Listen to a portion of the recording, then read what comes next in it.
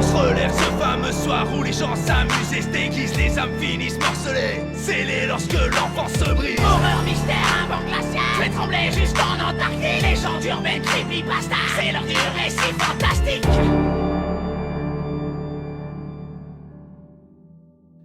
Alors, mes anecdotes vous ont bien plu, et ça m'a fait plaisir. Les vôtres sont également très creepy dans le style. Et vous me connaissez, je ne peux m'empêcher de céder aux demandes du peuple. Je vais donc vous raconter d'autres trucs étranges qui me sont arrivés. Je n'ai pas à chercher longtemps, l'hôpital est vraiment une sorte de poche dimensionnelle où il se passe toujours des choses cheloues. Un peu comme Silent Hill si vous connaissez. Bon, j'arrête de vous faire attendre. Cette anecdote date de mon internat. Rien à voir avec les dortoirs, non, lorsque j'étais interne si vous préférez. Vous avez certainement entendu parler des bizutages en fac de médecine. Des bizutages du genre vraiment violent. Il y a eu pas mal de scandales là-dessus, et ça ressort régulièrement. De mon côté, je n'ai pas intégré d'association ou de machin de ce genre. J'avais déjà mes amis, et je trouvais ça ultra con ces épreuves. Bref, un pote à moi que l'on va appeler Jean-Jacques a décidé d'intégrer une asso qui pratiquait le bizutage. J'étais pas mal inquiet à l'époque, surtout que Gigi est un type plutôt timide, qui n'a jamais eu trop d'amis, donc très influençable. À l'époque, j'ai rien dit car j'étais assez content qu'il surmonte sa phobie sociale.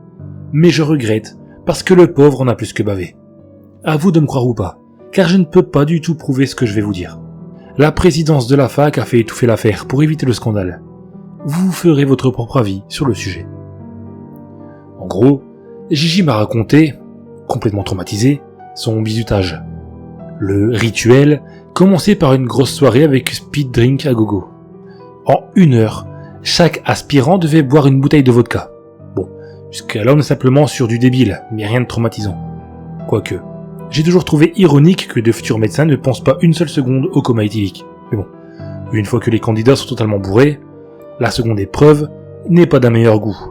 Les hommes prennent tous une dose de Viagra. Oui, juste après avoir picolé comme des trous, des génies je vous dis. Donc ils prennent une dose de Viagra, et les candidates doivent faire toute une série de danses sexy pour ces messieurs. Et ce, presque nus. Mais les mecs ne doivent pas craquer. Ceci fait, les mentors viennent les chercher pour une dernière épreuve, qui se passe dans un appart crous bien glauque. Comme tous les appart crous, vous allez me dire. L'appart en question est préalablement vidé, et les candidats sont enfermés dedans. Une gamelle pour chien disposée sur le sol pour chacun d'entre eux. À l'intérieur, une sorte de bouillie dégueulasse de viande informe que doivent ingurgiter en entier les pauvres candidats. Rétrospectivement, mon pote se souvient que le plat avait des éléments étranges. Il avait déjà vu ça quelque part. Il regrette encore actuellement d'avoir chassé de son esprit toutes les alertes rouges de ce qui lui restait de conscience à ce moment. Il était sûr d'avoir déjà vu ça quelque part. Vous vous doutez que dans leur état, ils n'ont pas réfléchi longtemps avant de sauter dessus. Une fois que c'est terminé, les bienveillants parrains leur révèlent le poteau rose, complètement mort de rire.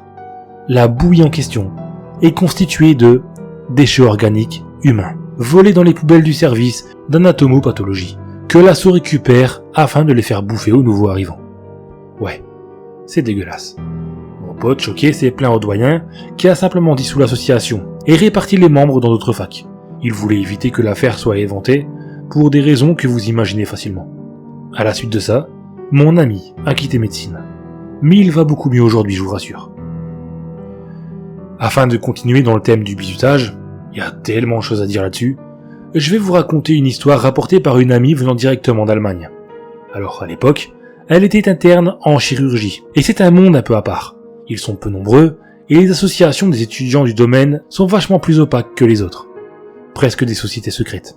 Bref, mon ami voulait évidemment s'intégrer dans le groupe, et a donc candidaté pour faire partie de la fraternité. Les épreuves, pour entrer, étaient assez bon enfant au début. Ça commence par une chasse au trésor le soir. C'est-à-dire que les aspirants doivent s'introduire dans la fac de nuit pour y trouver différents objets cachés indiqués par diverses énigmes, avec la complaisance bienveillante de la fac habituée à ce genre de rite initiatique. Donc ma pote, que l'on va appeler Rosette, a trouvé un scalpel, des gants, une blouse, tout l'attirail opératoire du bon petit praticien.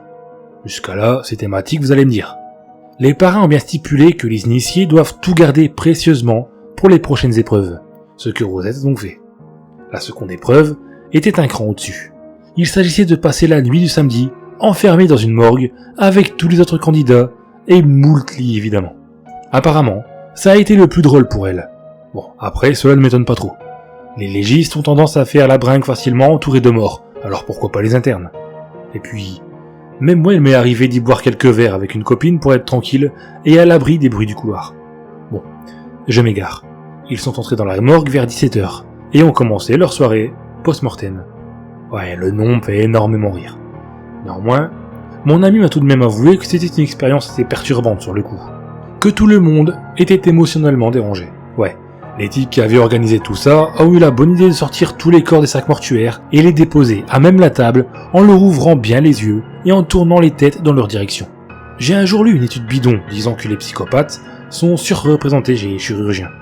Mais je commence à me dire que c'est peut-être vrai. Vers 9h, les parrains sont venus chercher les prisonniers encore en train de cuver la veille. Les pauvres, encore dans un état second, sont levés manu militari et emmenés vers les blocs opératoires. Ils n'ont pas vraiment compris ce qu'il se passait, mais n'avaient pas trop le courage ou la volonté de poser des questions. Rosette était même plutôt curieuse de ce qu'ils avaient prévu, tout en étant un peu énervée d'être réveillée dans sa gueule de bois. Elle n'était pas au bout de ses peines, loin de là.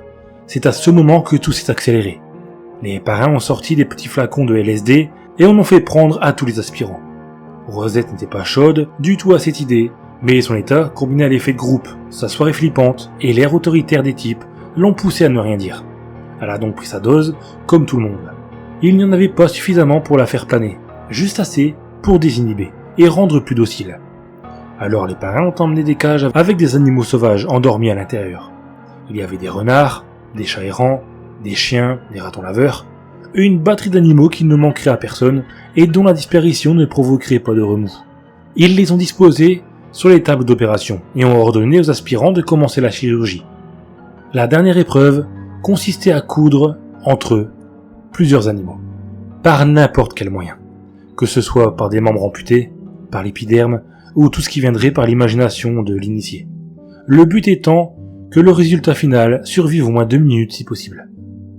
Ces petits enfoirés étaient hilares et engueulaient ceux, la majorité heureusement, qui refusaient. Ils ont fini par tous s'exécuter. Même ma pote qui est pourtant une amoureuse des animaux. Elle n'avait plus les idées claires et les parrains étaient du genre violent avec les gens qui voulaient partir. La peur, la fatigue, la drogue, etc. l'ont obligé à faire un truc qui l'empêche de dormir encore aujourd'hui. Une boucherie sans nom. Les internes complètement défoncés ont taillé dans le vif de ces malheureuses bêtes, recousant dans le tas et aléatoirement. Rosette se souvient toujours du sang qui pissait absolument partout, du couinement de douleur et de panique de ses victimes à demi endormies. Tout ça, pendant que les bâtards d'organisateurs prenaient toutes les photos du monde pour se couvrir si l'un d'entre eux venait à balancer. Ouais, il n'y aurait pas de Jean-Jacques cette fois. Mon ami a fini par s'effondrer en pleurs dans un coin, en position fétale, sans pouvoir réagir autrement que par des hurlements muets, épisodiques. L'horreur a fini par s'arrêter, laissant que des monceaux de cadavres d'animaux charcutés et liés entre eux par des opérations bancales et ineptes, sous les applaudissements des confirmés. Peu de temps après ces événements, Rosette a déménagé en France pour habiter chez sa mère et finir ses études dans la capitale. Il lui a fallu beaucoup de temps pour digérer tout ça. Même actuellement, elle en a encore du mal. C'est sur cette note pleine de joie et d'espoir dans le genre humain que je vous laisse. Si vous en voulez plus, dites-le moi et j'essaierai d'y répondre quand j'aurai le temps. En tout cas, ne faites pas de bizutage. C'est con, inutile, et ça part souvent en couille. Prenez des verres tranquillement et allez danser, ça vaudra mieux pour tout le monde.